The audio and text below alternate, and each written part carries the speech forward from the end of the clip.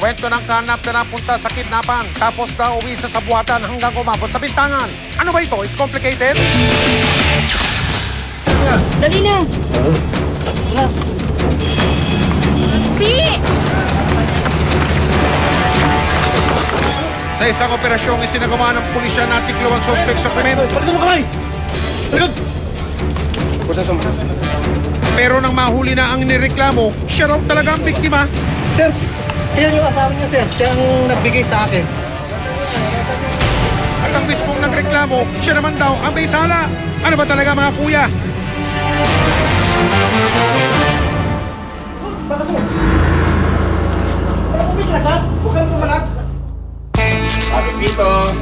Sa kwento ni Pepito, kinontrata raw siya para magmaneho ng isa nagangalang Reynaldo noong nakaraang buwan ng Abril.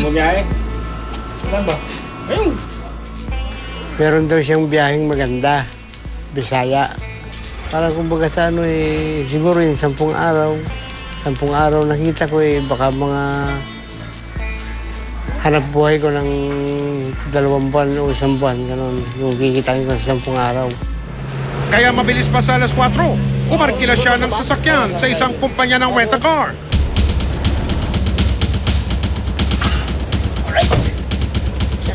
Tila walang prenong nagyayaraw sa iba't ibang lugar. Ang mga pasahero umupa sa kanya.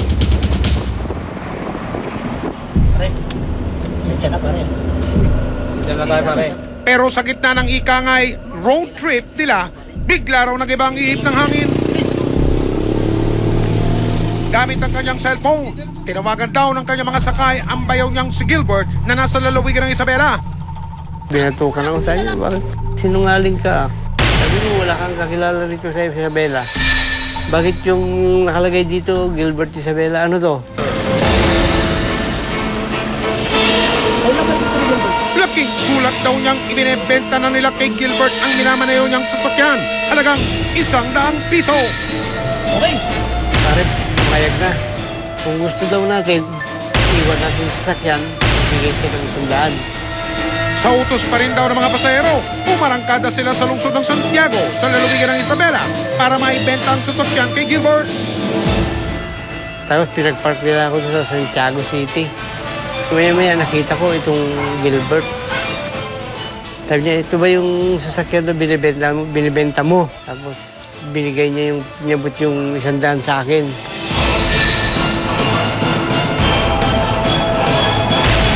Pag-abot ko nung 100, makalis kami dyan. Lipat kami doon sa kabilang sasakyan para makalis na siya.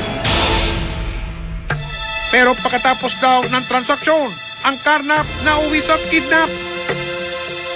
Diretso na kami ng Manila. Tapos balik ulit kami ng Laguna. May pinagdalhan sa akin doon, isang lugar na may bodega.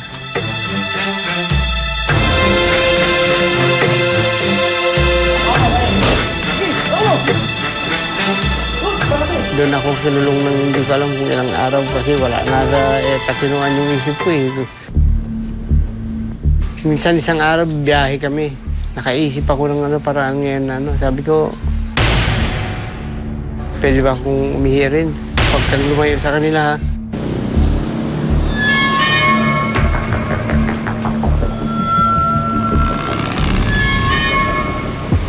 Nakita ko yung jeep ng buko. Papalabas na siya. Kaya yung dalawang umiihi, iniwanan ko. Hanggang nakatakas daw siya mula sa mga kidnapper. Tinakbo ko yung umiihi, sumabit ako sa likodan. Nakauwi raw si Pepito sa kanyang pamilya. Agad daw niyang pinatawagan ng bayaw na si Gilbert para bawiin ang sasakyan. Pinepersa nga niya akong magbayad ng 105,000. Isa naman ako kukuha ng ganit. So ang pakiusap ko lang sa kanya, ihatid na lang niya sa sasakyan at kung po pwedeng hulug-hulugan ko yung pera.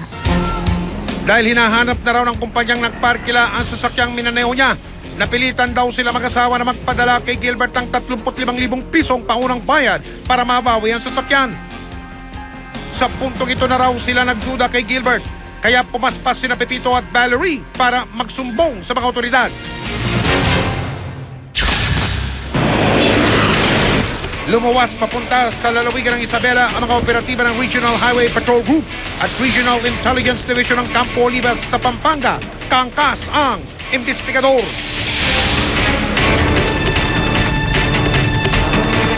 Tatangkayin bawiin ang sinasabing karnap ng sasakyan mula sa umano'y sospek.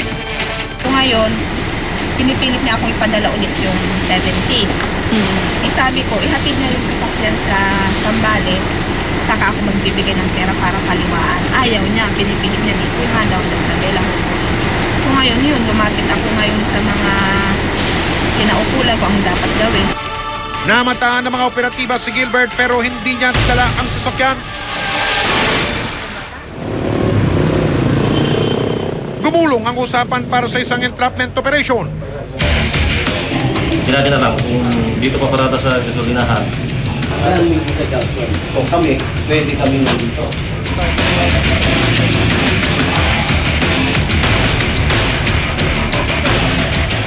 Pinalibutan ng mga operatiba ang target area. Yung babae doon na nag-iisa, di ba? Makalipas ang halos isang oras, dumating na ang kanilang target. Lumutang na rin pati ang binili niyang sasakyan. Oo, uminto sa tapat namin. Dali na!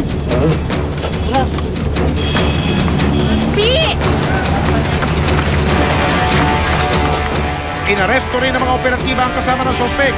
Bayaw daw siya ni Gilbert na pinakiusapang magmaneho ng araw na yun. Balikan mo kamay! Balikan! Pero sa gitna ng investigasyon tungkol sa reklamo, lumabas ang isa pang bersyon ng kwento. Lalo pa itong nagdulot ng malaking pagkalito. Dinala ni Pipito pusing sa akin ng gabi yun, ma'am. Pinabebenta niya sa akin yung Innovang yun. At kailangan niya ng pera. Sino nga ba nagsasabi ng totoo?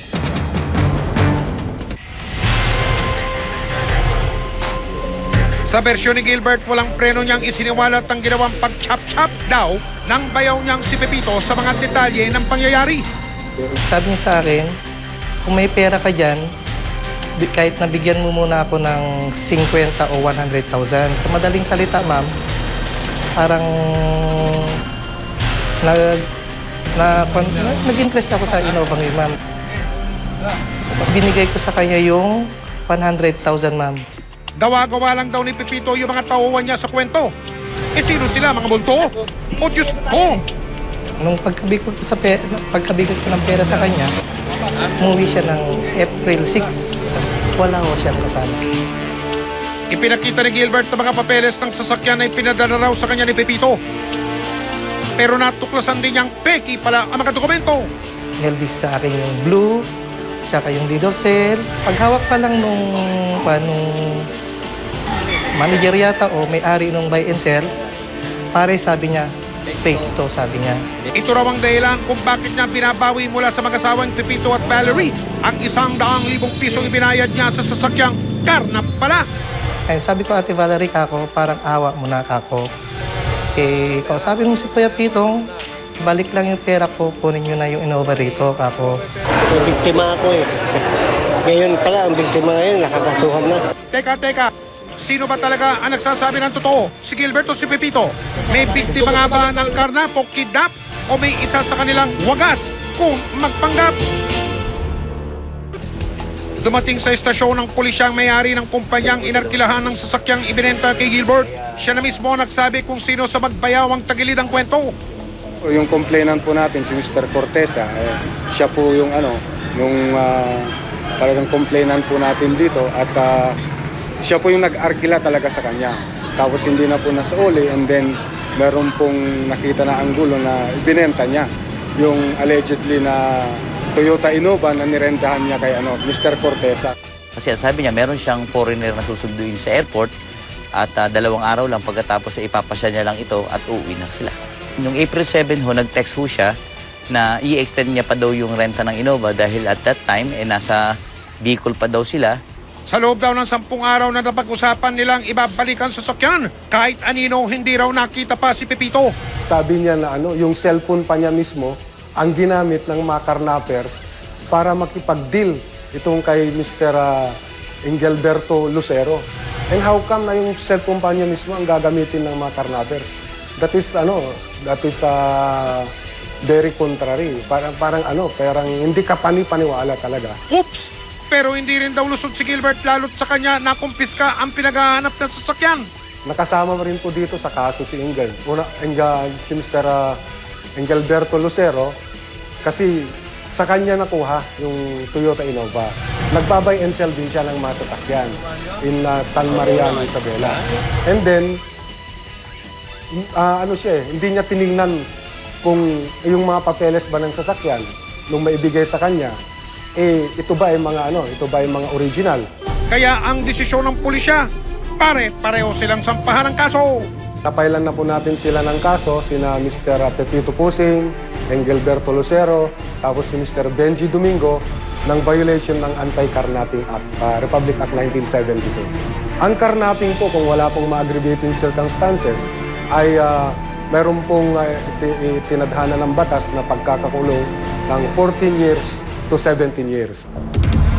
Sa anumang kaso, hindi ibig sabihin lusot na sa investigasyon pati ang nagrereklamo. Dahil kahit anong gawin pagtatahi-tahi ng kwento, lumalabas pa rin kung ano ang totoo.